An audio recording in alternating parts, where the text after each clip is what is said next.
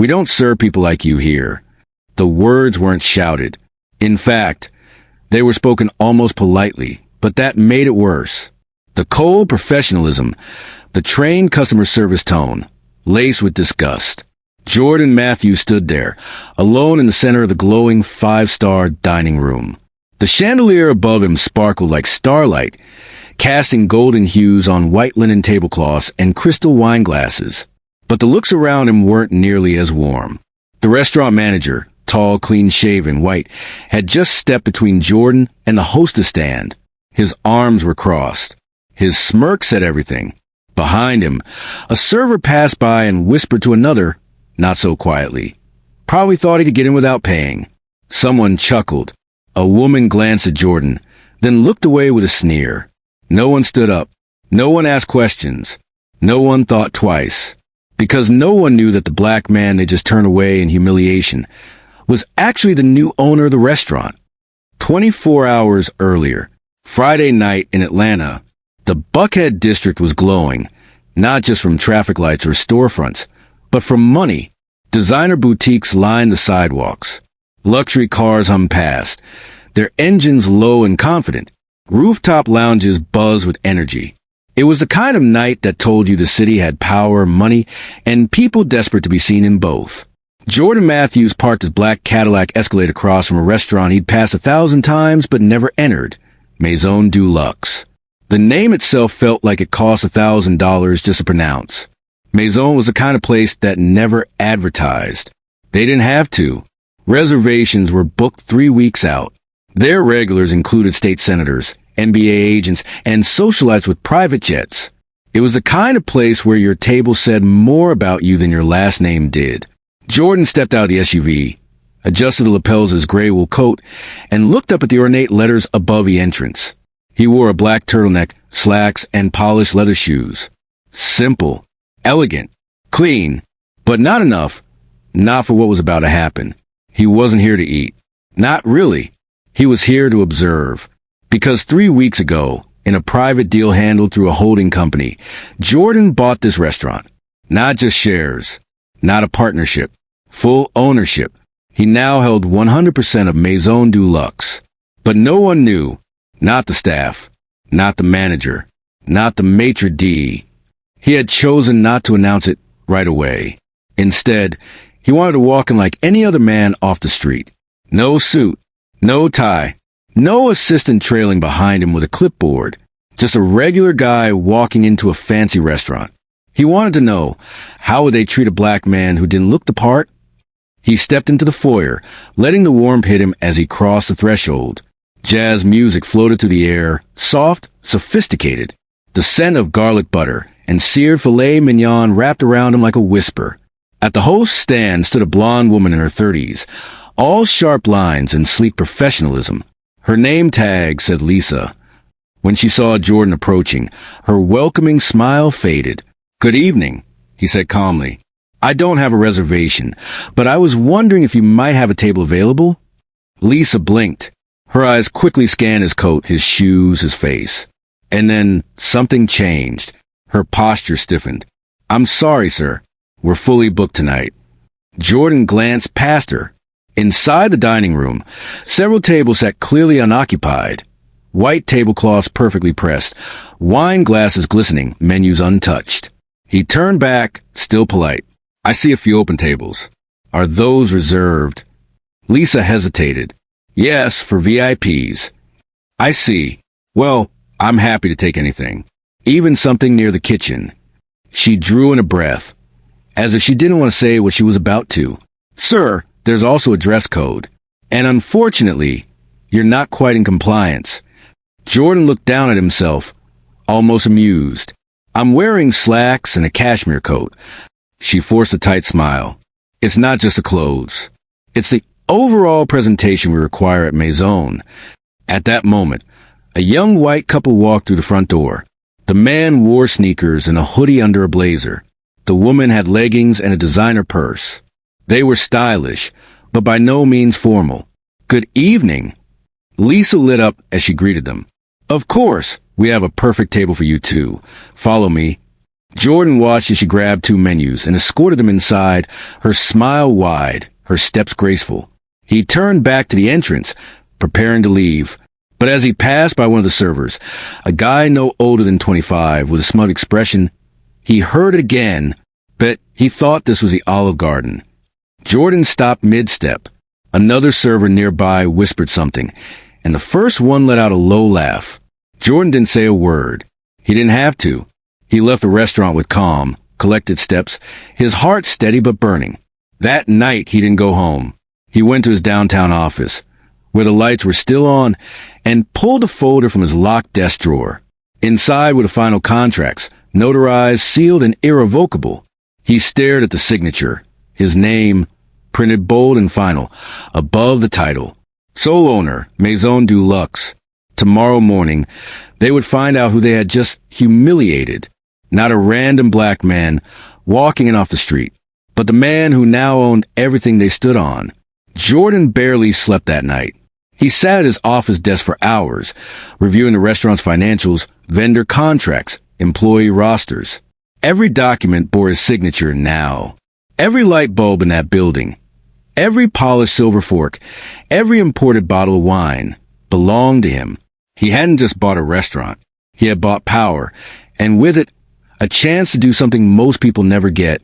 Expose what the world really thinks when they think no one's watching. At 9:58 a.m., the next morning, a sleek black car pulled up once again in front of Maison du Luxe. But this time, Jordan wasn't in a casual turtleneck.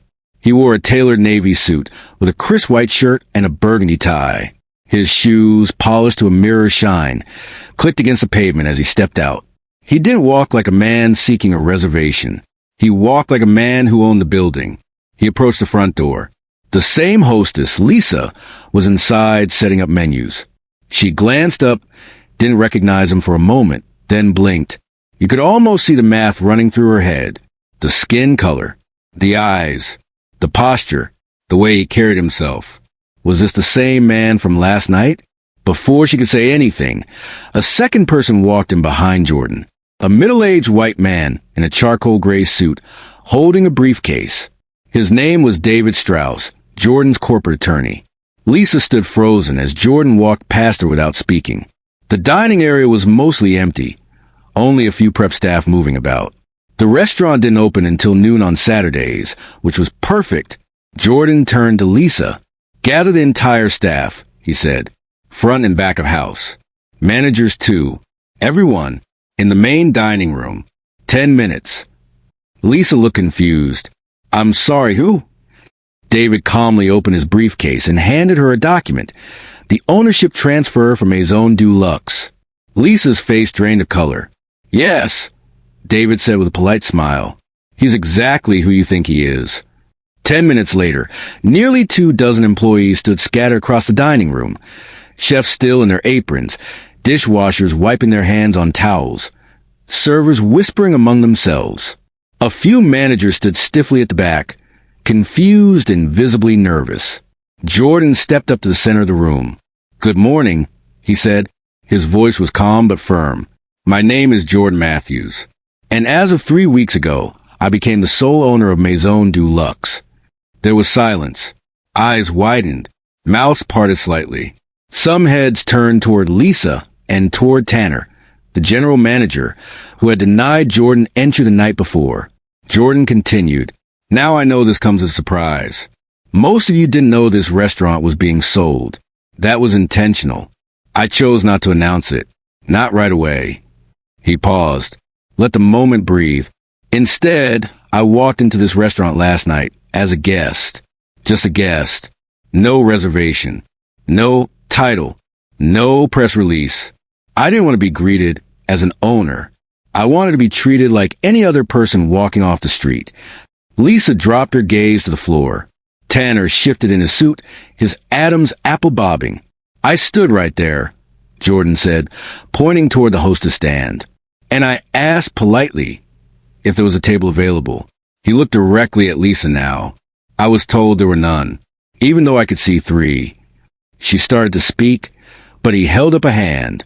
"Then I was told I didn't meet the dress code, that I didn't match the presentation this restaurant requires. A ripple of discomfort moved through the crowd. Jordan turned, scanning the faces of the staff. I heard the whispers. I heard the jokes. I saw the looks. And not one person, not a single one of you, stepped forward to say, "Wait, let's treat this man with respect." He stepped closer to the center of the room. You didn't know who I was. And that's exactly the point. He let that sit. Let the shame roll in. It wasn't loud. It didn't need to be. Then he turned to Tanner. "You're the general manager, correct?" Tanner cleared his throat. "Yes. Yes, sir. You told me without hesitation that I didn't belong here, that I should try somewhere more fitting." Jordan's voice didn't rise, but it grew heavier. "Tell me, Tanner, what made you think I wasn't fit for this place?" Tanner stammered. I was just following the reservation policy. And the dress code. I was wearing a cashmere coat." Tanner's mouth opened, closed. He said nothing. Jordan turned away from him. "I didn't come here this morning to fire everyone. That would be too easy." There was a slight breath of relief across the room. "I came here to make one thing clear. This restaurant, going forward, will be run on values that matter." He walked slowly across the room. "Respect, fairness, decency. I don't care what someone's wearing or where they parked or what they look like. Every person who walks through that door will be treated with dignity." He turned to Lisa. "You are not being terminated, but you are being placed under review. Starting Monday, you will report to our new hospitality director, who will determine if you're a good fit for the new Maison du Luxe." Lisa nodded stiffly. Her lips trembled. Jordan looked to the rest of the room. This week, every employee, from dishwasher chef, will be required to attend a new 2-day training on anti-discrimination, empathy in hospitality, and unconscious bias. If you think that's unnecessary, this is your chance to walk away. No hard feelings. 3 people did. 2 waiters and 1 kitchen staff member walked out. Jordan didn't stop them.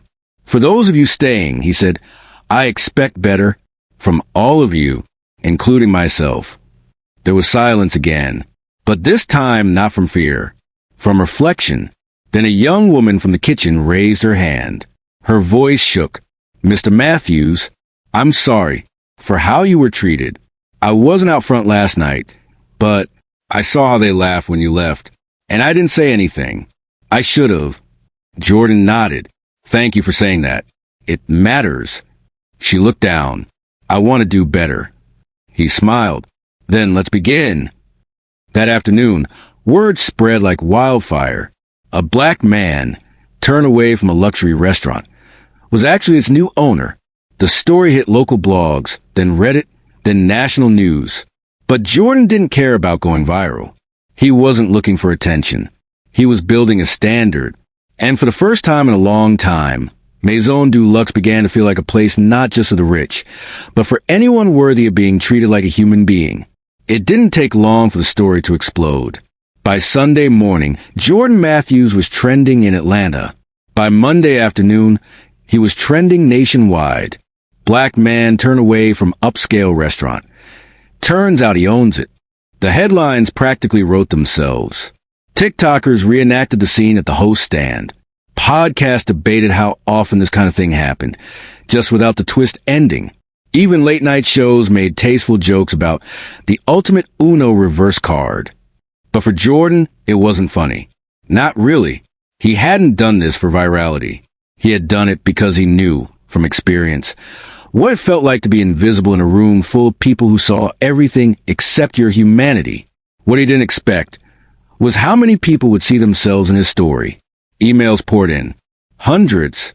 Restaurant workers, teachers, bank tellers, single moms, grandfathers. They wrote to say, "This happened to me." Or worse, "This happens to me all the time." Jordan read each one. Late at night, sitting in his living room with a cup of tea, eyes scanning stories of humiliation, of disrespect, of moments people had carried in their chests for years. And that's when he knew what he had to do next. Not just change Maison du Luxe from the inside, but use it as a platform for something greater. By Thursday, Jordan had sent out invitations for a private event, a single dinner, one night only. He called it the second chance table. He invited former staff who had quit, leaders from marginalized communities, activists, pastors, small business owners, and even a few names in the press, not to stir the pot, but to open the floor. The point wasn't to celebrate what had happened. The point was to talk about what should happen now. The restaurant buzzed that night like it hadn't in years. Fresh flowers lined the entrance. The menu had been reimagined to include dishes from chefs of color across Atlanta. The wine was donated. The staff was briefed. The air crackled with anticipation. Jordan stood at the head of the longest table in the house, lit by candlelight. Faces of every shade and age sat before him. He raised his glass. "Tonight isn't about me," he said. "It's about the people who've ever been told, you don't belong. Who've ever been laughed at, passed over, made to feel small." He paused. "Well, I want to say this clearly. You do belong. At this table and every table."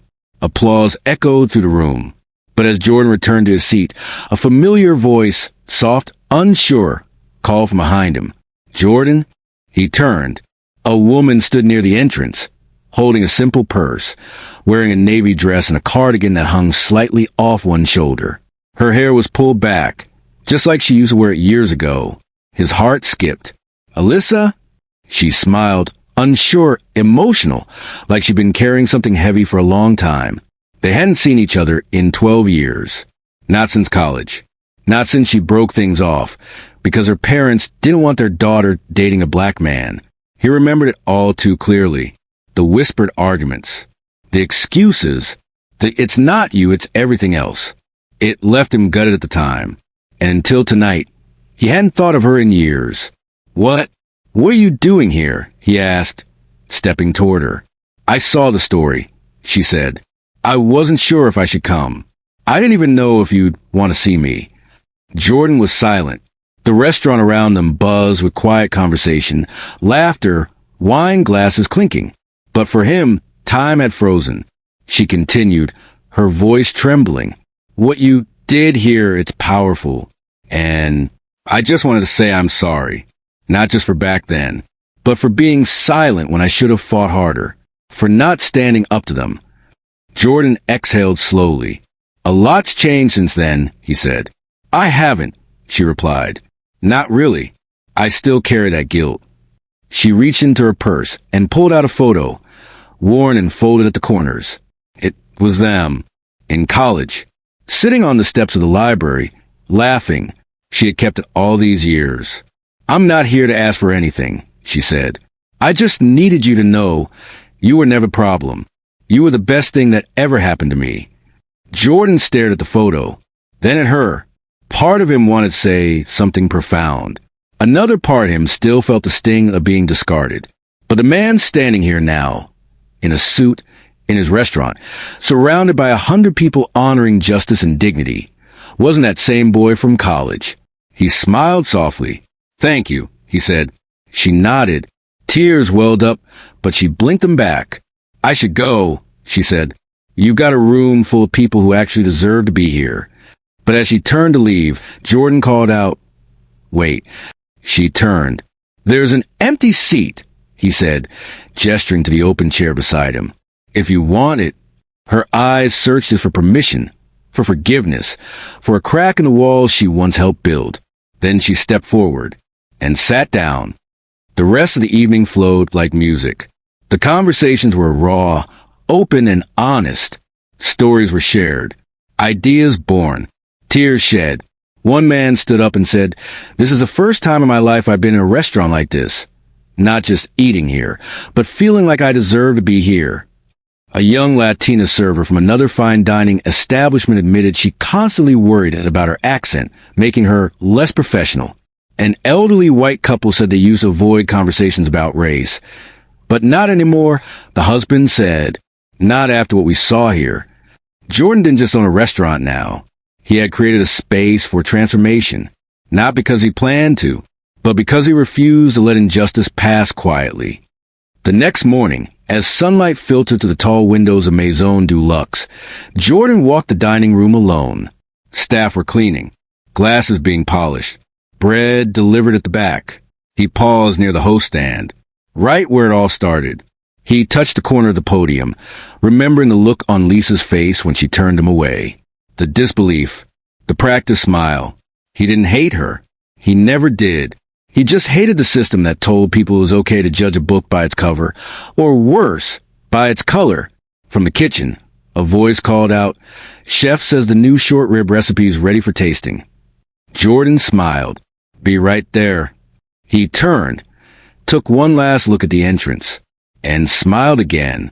This time he belonged, and he didn't need anyone's approval to know it. The story didn't fade, only grew louder. By Monday afternoon, Jordan Matthews had been invited to speak on a morning talk show. By Tuesday, national news anchors were analyzing the implications of what had happened at Maison du Luxe.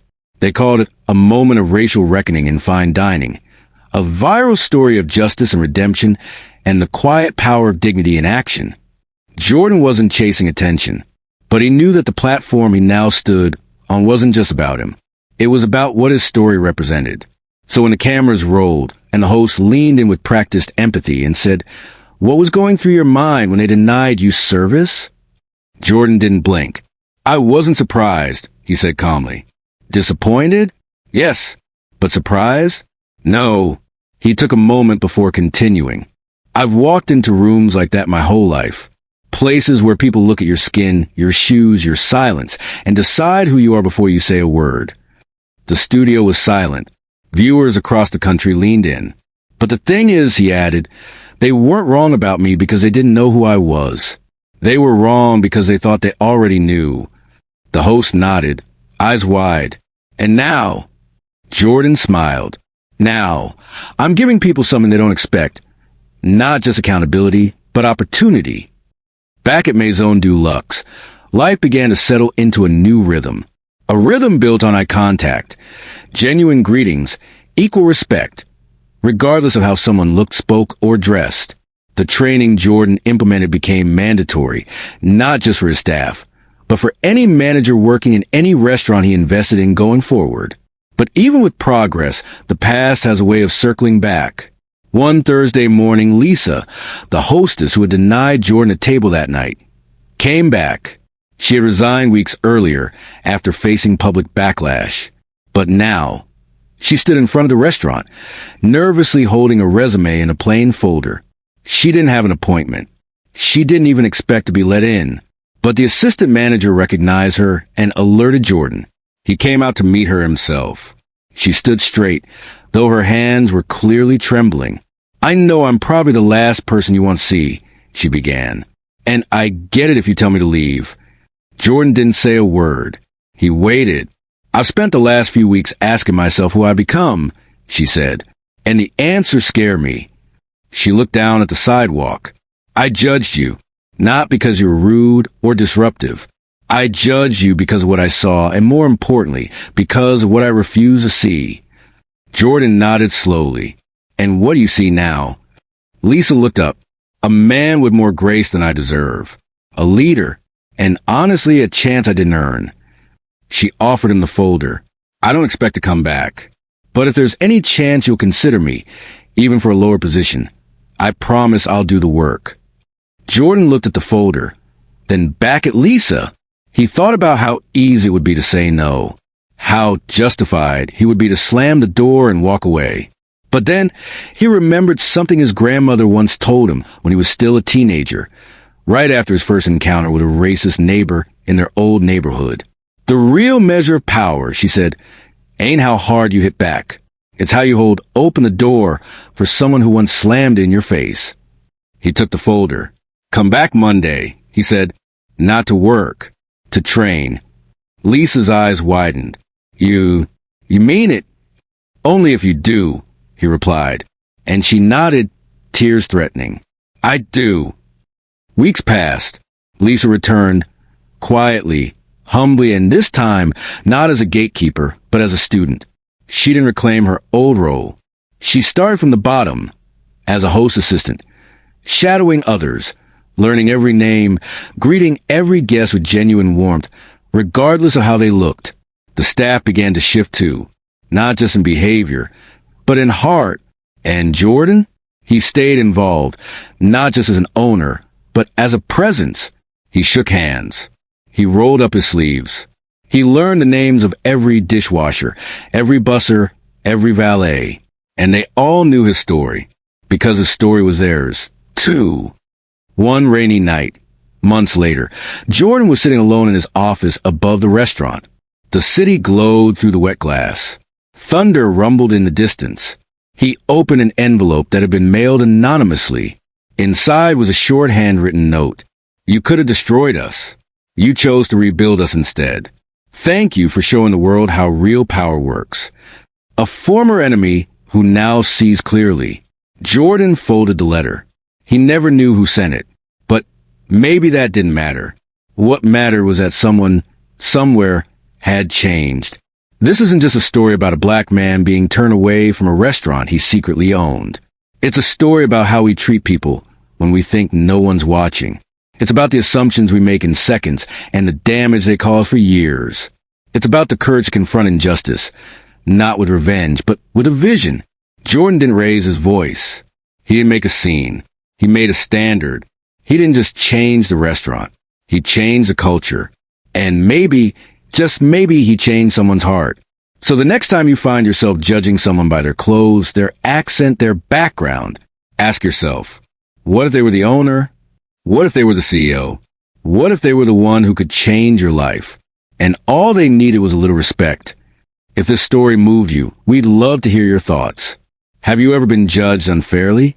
Have you ever surprised someone who underestimated you? Share your experience in the comments below. Your story might inspire someone else to see the world differently. And if you believe the world needs more stories like this, about justice, dignity, and quiet strength, then don't forget to like this video, subscribe to the channel, and turn on notifications so you never miss the next powerful story. Because here on Storytime with Jack, we don't just tell tales. We remind the world that kindness still matters. And dignity always wins.